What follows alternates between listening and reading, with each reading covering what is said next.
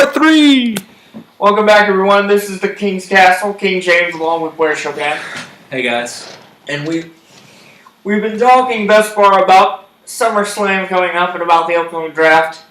But I do have news of a major twist that took place this past...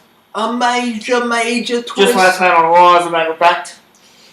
We all knew going into Raw last night in Providence that the main event was supposed to be Dean Ambrose versus Seth Rollins one-on-one for the WWE World title. Right. Now, I admit, this was a pretty even match, but it did have a little share of controversy. Because right at the end, Rollins delivered a superplex, and it looked like both men's shoulders were down for the count of 3. And Rollins was wrestling Coop? Rollins was wrestling Dean Ambrose, the current WWE champion. Okay. So the referee counted 3, and normally in a draw, the draw goes to the champion, meaning the champion retains. But Stephanie decided to pull her little trump card as Raw's commissioner, and she awarded the title to Seth Rollins. Well, I thought you were gonna say she deported all illegal immigrants, so she said trump card. I didn't mean that kind of trump card. I meant she yielded her power to try to help Rollins throw the match in Rollins' favor. But therefore, a rematch has been signed for SmackDown Live tonight. Oh, yeah. And this is a big segue heading into the triple threat this Sunday because at that point, Roman Reigns gets back into the picture and we get to see all 3 men. Will Roman Reigns be together in the ring over or under 150 pounds now that he's off steroids? Well, I care not to speculate, but I will say they say he's been like a caged animal for the past month, wanting to get back in the ring. I thought so. But I don't really understand what they're trying to do here because I get they've been trying to build this rivalry and make it epic between Rollins and Ambrose because it's no secret that Rollins and Ambrose can't stand each other. Right. But the fact is, we're gonna see all three in the ring at the same time. So why do you think, in your opinion, that they had the title change hands now? It is kind of strange. I think they had to keep going kind of back and forth with those two in the rivalry, since Roman Reigns was obviously suspended. Right. So they had to build the rivalry up between those two and kind of make it so anything can happen. And then when the triple threat match happens, wow, really anything can happen now. But I wouldn't be surprised to see the title change hands again tonight. Really? Or for Stephanie to interfere again in some way. And the interesting thing about this and another thing it's doing, James, is it's like, since Seth Rollins coming back, is realigning him with the Authority, even if the Authority isn't as big of a presence anymore. Right. He's back to being the Authority's golden boy. So they're picking back up on that storyline again. Right, because the Authority hasn't really been there because Triple H hadn't been involved since WrestleMania. But the interesting thing is Roman Reigns heading into Battleground on Sunday is the wild card because in a triple threat match, as you know, there's no champion's advantage. So do you really think Rollins has a good chance to skate by on this one? I don't know. Another thing I thought of while you were explaining that situation, another way they could further this storyline is have Rollins maybe drafted by Raw. Right. Ambrose drafted by SmackDown. And have Shane and Stephanie kind of argue over who should be champion. Really? Yeah, so that builds that sibling rivalry again, too. Because it's an interesting thing. Because to be honest, up until this point, it's been about building stock. Because the higher you are up in the draft, the more money you're worth. And right now, being the champion is worth a lot of money. Right.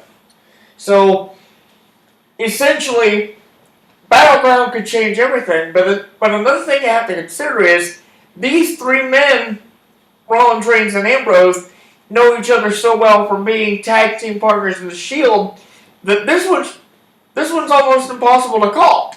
Because these guys have been traveling up and down the road like brothers since their days in NXT. So, as far as I'm concerned, tonight's match may be a gimme. I don't know, but as far as Sunday, I can't pick one of them. It's really tough to pick, too. Because another thing I'm interested in, just kind of outside the match and back to the draft, is does Reigns being suspended kind of hurt his draft stock? Oh, yeah. Do people have temporary amnesia kind of about how good he is and what a superstar he is? And does someone get him as a value pick? Well, I think it does hurt his stock in a way, because if you think about it, the fact that he hadn't been in the ring for the past 30 days basically means that he hasn't had a chance to build himself as a valuable asset to the brand. So he lost a lot of money either way. So I don't know where he's going to end up, but I think he's going to go low. Surprisingly, I don't think he's even going to go in the top 10. Whoa! That's a bold prediction. And the reason I would pick him in the top 10.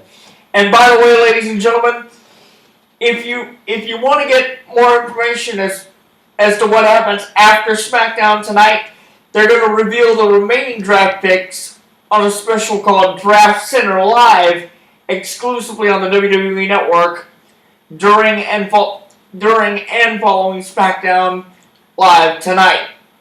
So make sure you check that out as well for all the late-breaking draft picks and all the late-breaking news. So I've got another question for you.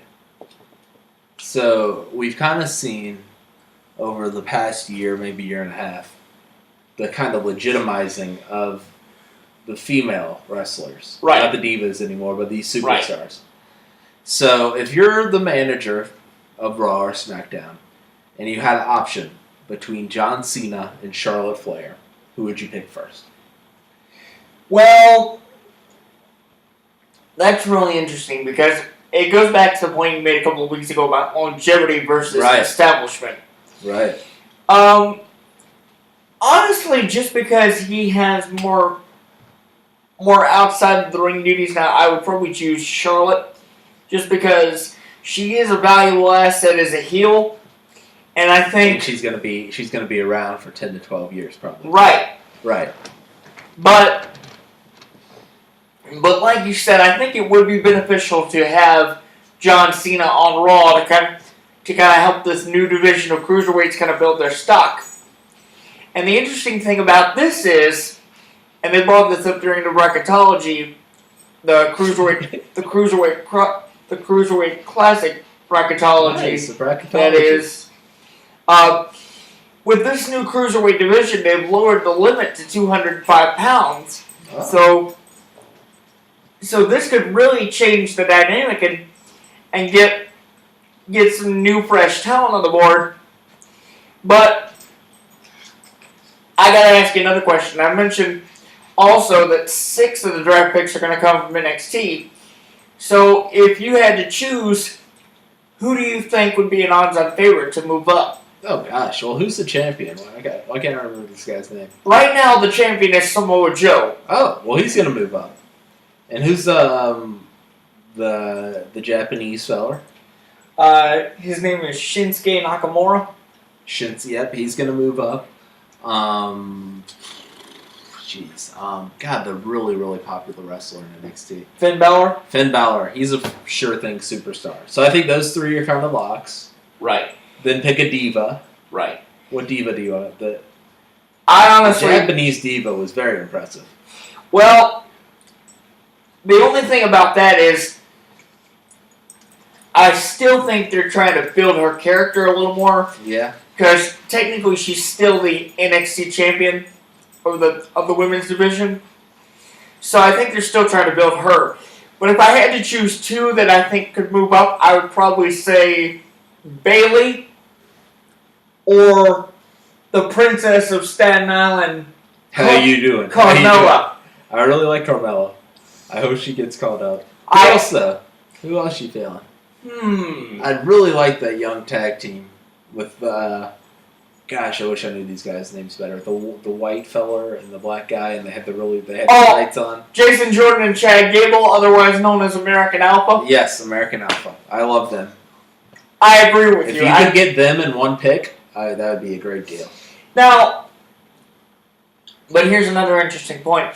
We mentioned before that NXT's kind of become the new brand of WWE, but there's also been a lot of established talent that's kind of come back to kind of revamp their careers. People like Samoa Joe and Rhino, and more recently, Brian Kendrick. Holy cow. So, do you really think they're going to focus more on the rookies, or are they going to try to build more established talent as well? I would focus more on the rookies. I can understand that, but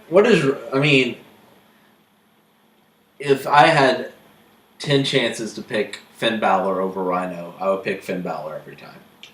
And I like Rhino. Probably. He's a nice Probably. guy. He's probably a nice guy. mm-hmm. But, I think Finn Balor, you could make a case that he should go in, the top 3. Because he's Without question. He's a superstar. And he's young. Next to Adrian Neville, he's the longest person to ever hold the NXT Championship, so that is something to think about. So I didn't hear from you while we kind of wrap up this segment. Before we do, wait, let's do a segue. You're going to tell them in the next segment who you pick first overall. All right. I will certainly do that. When we come back. When we come back right after this.